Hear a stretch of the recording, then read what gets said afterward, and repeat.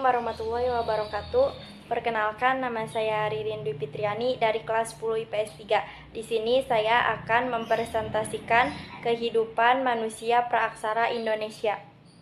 Kehidupan awal manusia menurut para ahli sejarah, kehidupan masyarakat praaksara dapat dibagi menjadi masa berburu dan mengumpulkan makanan atau meramu, masa bercocok tanam, dan masa perundagian.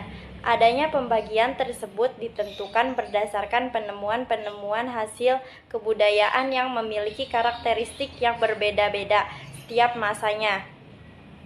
Pertama, masa berburu dan mengumpulkan makanan atau meramu. Tahap awal kehidupan manusia pada masa praaksara adalah masa berburu dan mengumpulkan makanan. Pada masa berburu dan meramu, kehidupan masyarakatnya bergantung pada alam. Kehidupan sosial budaya sebagian makhluk sosial. Manusia selalu membutuhkan bantuan orang lain dalam menjalani kehidupannya. Pada masa berburu dan mengumpulkan makanan, manusia masih memiliki pengetahuan dan keterampilan yang terbatas dalam memanfaatkan alam. Oleh karena itu, manusia sangat bergantung pada ikatan kelompok. Tugas berburu binatang dilakukan oleh laki-laki, dan tugas mengumpulkan makanan dilakukan oleh perempuan. Kehidupan ekonomi. Kehidupan ekonomi manusia pada masa berburu dan mengumpulkan makanan hidup dari makanan yang sudah disediakan oleh alam. Manusia hidup dalam kelompok-kelompok kecil yang sering berpindah-pindah atau yang disebut nomaden. Pola hidup nomaden ini dipengaruhi oleh persediaan makanan yang disediakan alam. Manusia menempati daerah-daerah lembah, sungai, danau, atau tepi pantai yang menyediakan banyak binatang buruan. Apabila binatang buruan menipis, maka mereka akan berpindah mencari daerah yang banyak binatang buruannya. Teknologi yang digunakan manusia pada masa berburu dan mengumpulkan makanan berkaitan dengan peralatan yang digunakan untuk berburu. Alat-alat yang dihasilkan masih kasar. Hal tersebut karena mereka belum mengenal teknik mengasah batu. Berikut beberapa alat yang dihasilkan. Yang pertama, ada kapak perimbas. Kapak perimbas adalah sebuah benda yang memiliki bentuk seperti kapak, tetapi tidak memiliki tangkai yang terbuat dari batu. Cara menggunakan kapak ini adalah dengan menggenggamnya di daerah samping daerah Pacitan. Daerah lainnya yang terdapat jenis kapak perimbas adalah Ciamis, Gombong, Bengkulu, Lahat, Bali, Flores, dan daerah timur. Berdasarkan lapisan semuanya, para ahli menyimpulkan bahwa kapak perimbas adalah hasil budaya Pithecanthropus erectus. Selain di Indonesia, kapak jenis ini juga ditemukan di beberapa negara Asia seperti Myanmar, Vietnam, Thailand, Malaysia, Filipina, dan Cina, sehingga sering dikelompokkan dalam kebudayaan Beksun Phobin. Yang kedua, kapak genggam memiliki bentuk yang hampir sama dengan kapak perimbas, tetapi lebih kecil dan belum diasah. Kapak ini juga ditemukan hampir di seluruh wilayah Indonesia. Cara menggunakan kapak ini adalah menggenggam bagian yang kecil. Yang ketiga, alat-alat dari tulang. Alat-alat dari tulang ini berupa tulang-tulang keras dari binatang yang salah satu ujungnya diruncingkan. Fungsi alat-alat dari tulang ini adalah sebagai pisau, mata tombak, dan mata panah. Alat-alat dari tulang ditemukan di daerah Ngandong, Blora, Jawa Tengah. Yang keempat, alat-alat serpih adalah alat-alat yang terbuat dari pecahan batu yang dibuat dengan bentuk yang sangat sederhana, yang kemungkinan besar dibuat sesuai dengan fungsinya masing-masing.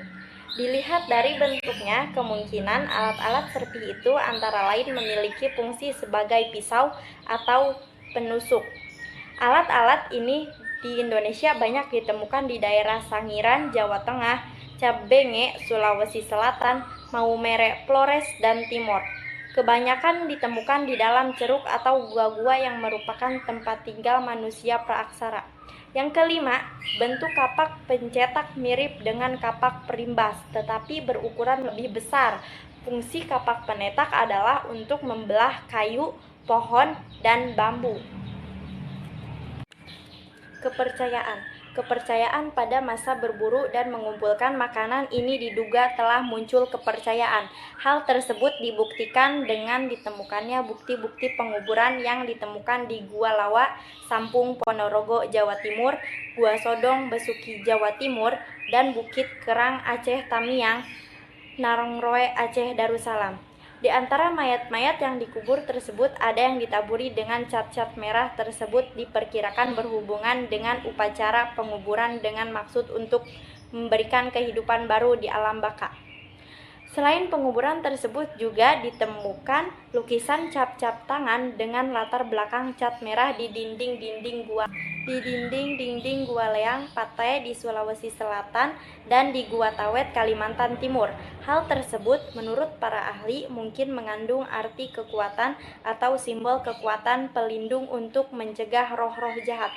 Ada beberapa lukisan cap-cap tangan tersebut tidak lengkap gambar jarinya. Hal tersebut dianggap sebagai tanda adat berkabung atau berduka. Selain ditemukan di Sulawesi Selatan dan Kalimantan, lukisan gua juga ditemukan di Papua dan di Pulau Seram. Di tempat ini ditemukan lukisan kadal. Diperkirakan lukisan tersebut mengandung arti lambang kekuatan magis, yaitu sebagai penjelmaan roh nenek moyang atau kepala suku yang sangat dihormati.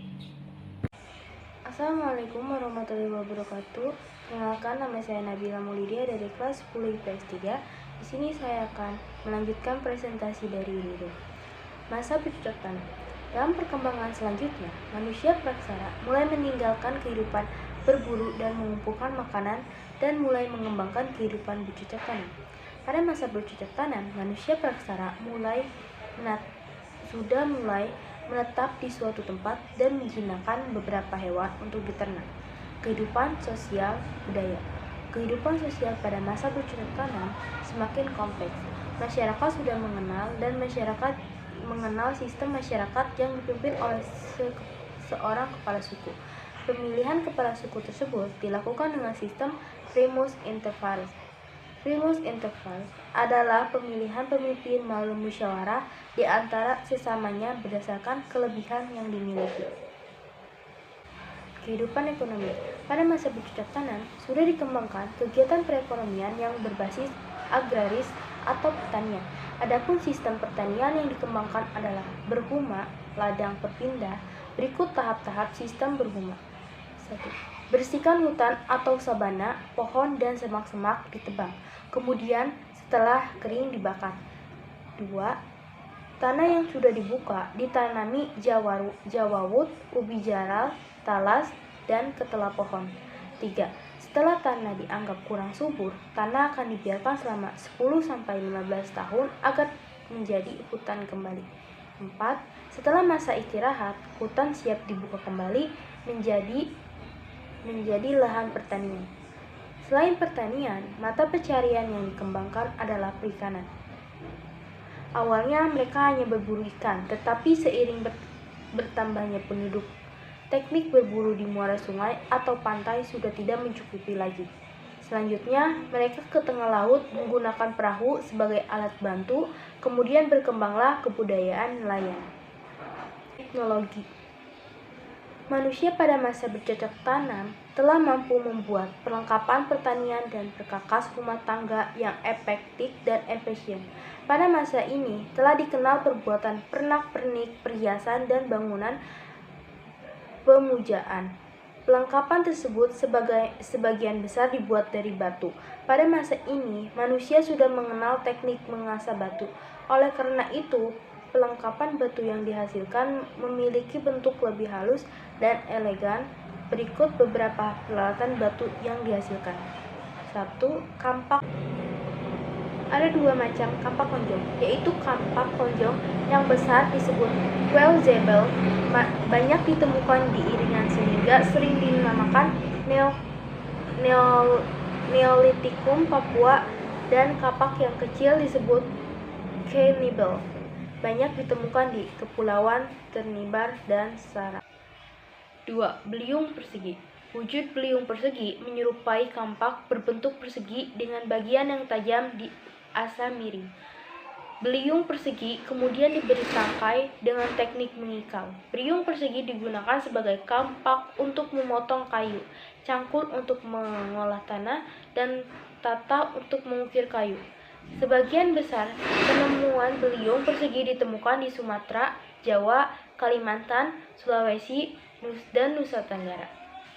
3. Mata panah. Guna mata panah untuk keperluan berburu dan menangkap ikan. Biasanya, mata panah untuk menangkap ikan terbuat dari tulang dan ujungnya dibentuk bergerigi. Daerah penemuan mata panah di Sulawesi Selatan dan Jawa Timur. Assalamualaikum warahmatullahi wabarakatuh. Perkenalkan, nama saya Rusika Dewi dari kelas 10 kelas 3. Di sini saya akan melanjutkan presentasi yang dibawakan oleh Nabila. Apa gurdi dan pisau, perhiasan dan gerabah? Gurdi dan pisau adalah neolitik, banyak ditemukan di kawasan tepi danau. Misalnya Danau Kerinci atau dari Jambi, Danau Bandung, Danau Cangkuang, Laras Garut. Danau Lewiliang berasal dari Bogor, Jawa Barat. Danau Tondano Minahasa dari Sulawesi Utara. Dan sebuah danau di Flores Barat berasal dari Nusa Tenggara Timur. Perhiasan.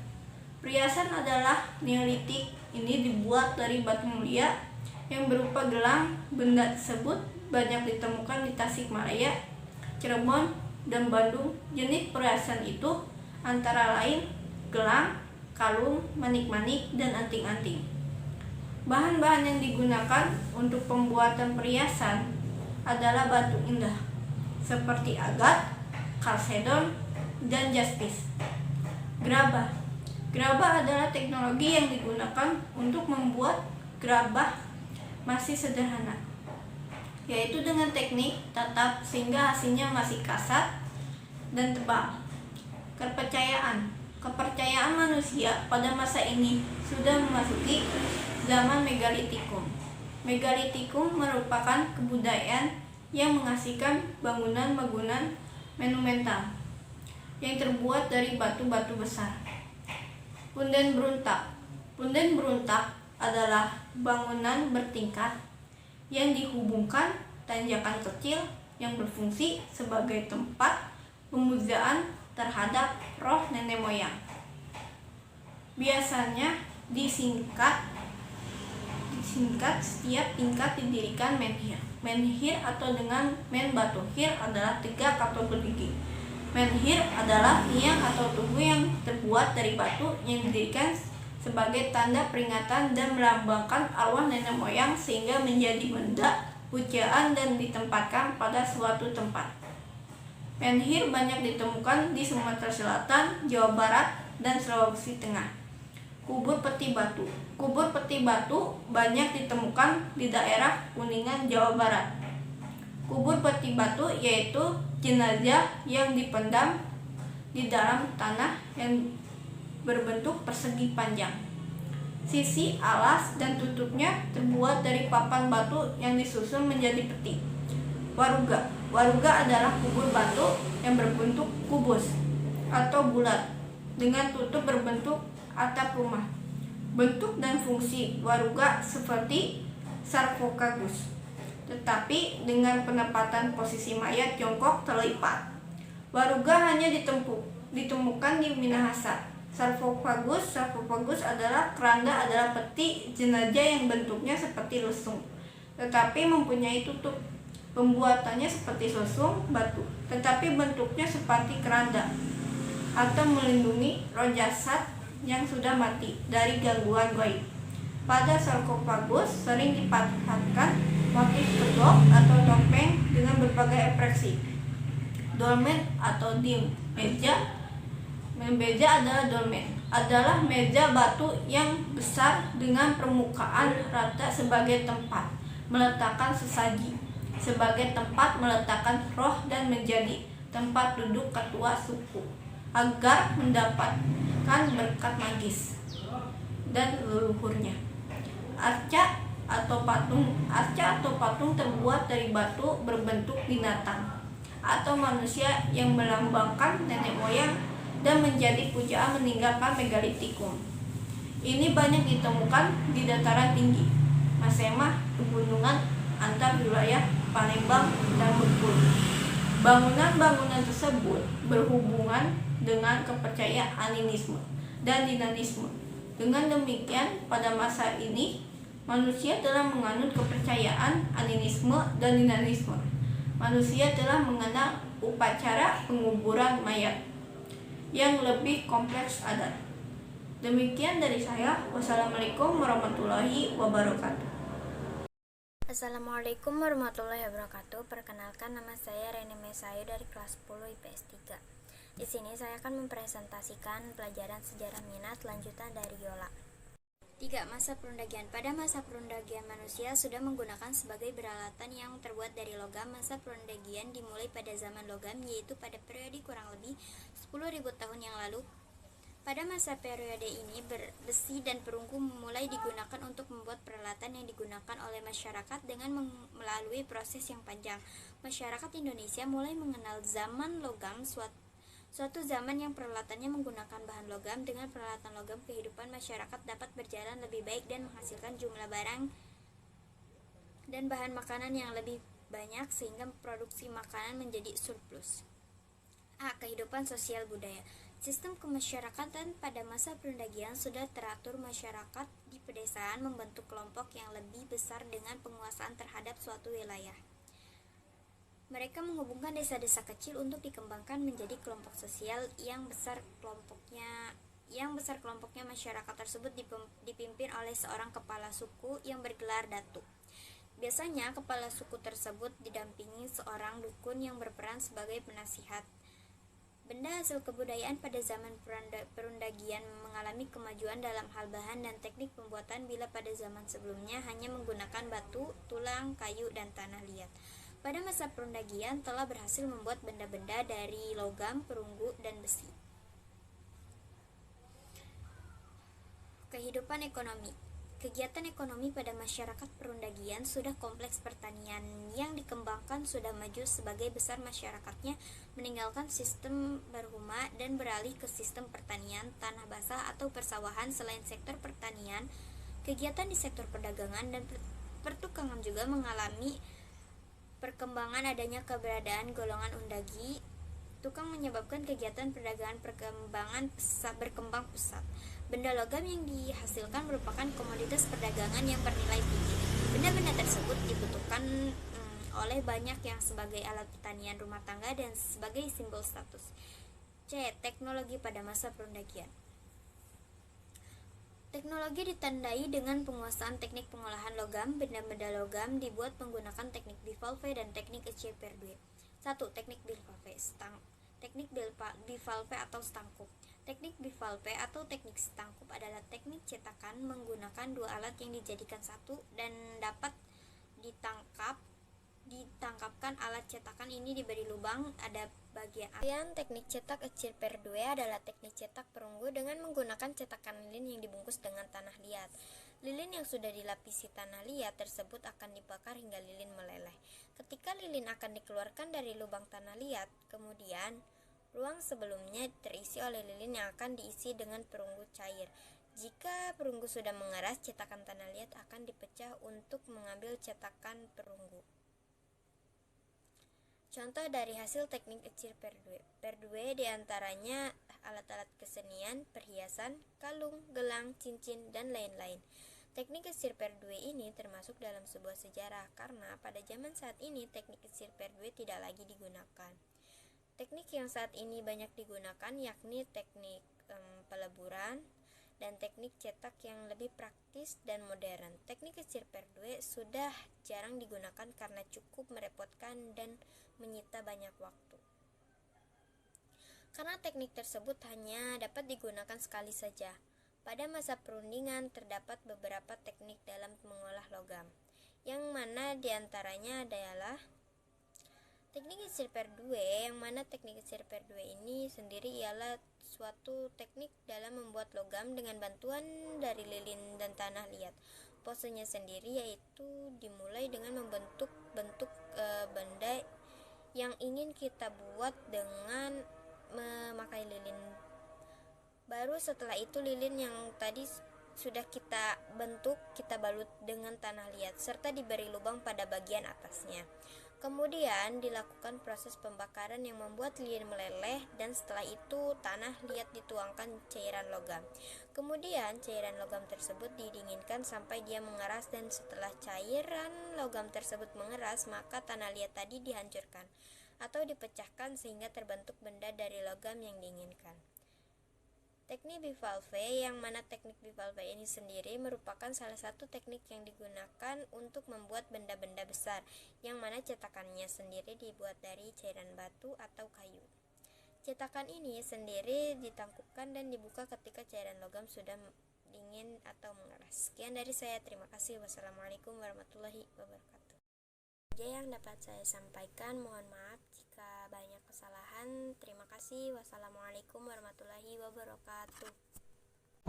Assalamualaikum warahmatullahi wabarakatuh. Perkenalkan, nama saya Sipu Sawada, kelas 10 IPS 3. Saya di sini akan melanjutkan presentasi Reni. 1. Nekara perunggu. Nekara merupakan genderang besar yang terbuat dari perunggu, berpinggang di bagian tengahnya dan tertutup di bagian atasnya. Nekara dimungkinkan berfungsi sebagai sarana upacara kesuburan dan kematian, dan dijadikan simbol status sosial. Fungsi lain dari nekara dimungkinkan untuk memanggil roh leluhur untuk turun ke dunia, memberi berkat, serta memanggil hujan. Hal ini dapat terlihat dari hiasan yang terdapat dalam beberapa nekara. Hiasan-hiasan pada nekara tersebut sangat indah, berupa garis-garis lurus dan bengkok, pilin-pilin dan gambar geometris lainnya, binatang-binatang, burung, gajah, merak, kuda, rusa, rumah, perahu, orang-orang berburu, tari-tarian, dan lain-lain. Dari berbagai lukisan tersebut dapat digambarkan tentang penghidupan dan kebudayaan yang ada pada saat itu. Nekara ditemukan di Sumatera, Jawa, Bali, Rote, Selayar, dan Kepulauan Kei. Nekara yang terbesar terdapat di Pura Penataran Sasi, di Desa Intaran, daerah Penjing, Bali. Nekara ini bergaris tengah 160 cm dan tingginya 198 cm. Di Alor ditemukan sejenis nekara yang kecil dan langsing yang disebut moko atau mako. Pada nekara dan sangean ada beberapa orang menunggang kuda beserta penggiringnya. Keduanya memakai pakaian Tartar. Gambar-gambar orang Tartar ini memberi petunjuk akan adanya hubungan dengan daerah Tiongkok. Pengaruh-pengaruh dari zaman itu kini masih nyata pada seni hias suku bangsa Dayak dan Ngada atau Flores. 2. Kapak corong atau kapak sepatu. Kapak corong adalah kapak yang bagian tajamnya seperti kapak batu. Hanya bagian tangkainya berbentuk corong. Corong itu digunakan untuk tempat memasang tangkai kayu yang bentuknya menyiku seperti bentuk kaki. Oleh karena itu, kapak corong sering disebut juga kapak sepatu. Bentuk dan ukuran kapak corong bermacam-macam. Ada yang bagian tajamnya lurus dan ada yang melengkung panjang atau disebut juga candrasa. Ada juga yang tangkainya lurus, melengkung atau terbelah dua seperti ekor burung melayang-layang. Kapak corong yang besar berfungsi sebagai cangkul. Kapak corong yang kecil digunakan untuk mengerjakan kayu. Ya, sedangkan kapak yang tajamnya melengkung panjang digunakan untuk upacara atau sebagai tanda kebesaran seorang kepala suku. Biasanya kapak untuk upacara itu dihiasi dengan bermacam-macam pola hias. Kapak corong ini banyak ditemukan di Sumatera Selatan, Jawa, Bali, Sulawesi Tengah, Kepulauan Selayar, dan dekat Danau Sentani, Papua. 3. Bejana perunggu. Bejana perunggu perunggu adalah benda berbentuk seperti gitar Spanyol yang tidak bertangkai. Pola hiasan dalam bejana perunggu adalah hiasan Ariaman dan menyerupai huruf J. Di Indonesia, bejana perunggu ditemukan oleh para ahli di daerah Madura dan Sumatera. Bejana juga ditemukan di Phnom Penh atau Kamboja, maka tidak dapat disangsikan lagi bahwa kebudayaan logam di Indonesia memang termasuk satu golongan dengan kebudayaan logam Asia yang berpusat di Dongson. Itulah sebabnya zaman perunggu di Indonesia lebih dikenal dengan nama kebudayaan Dongson. 4. Perhiasan perunggu. Biasanya perhiasan ditemukan sebagai bekal kubur. Bentuk perhiasan beraneka ragam dan ditemukan di daerah Bogor, Bali, dan Malang. Benda perhiasan dari besi banyak ditemukan bersamaan dengan benda-benda dan perunggu. Manik-manik yang ditemukan di wilayah Indonesia memiliki bermacam-macam bentuk dan biasanya digunakan sebagai perhiasan atau bekal kubur. Tempat penemuannya antara lain di Sangiran, Pasemah, Gilimanuk, Bogor, Besuki, dan Bone. 5. Arca perunggu. Arca-arca perunggu yang menggambarkan tentang manusia dan binatang ditemukan di Bangkinang, Riau, Palembang, Bogor, dan Lumajang, Jawa Timur.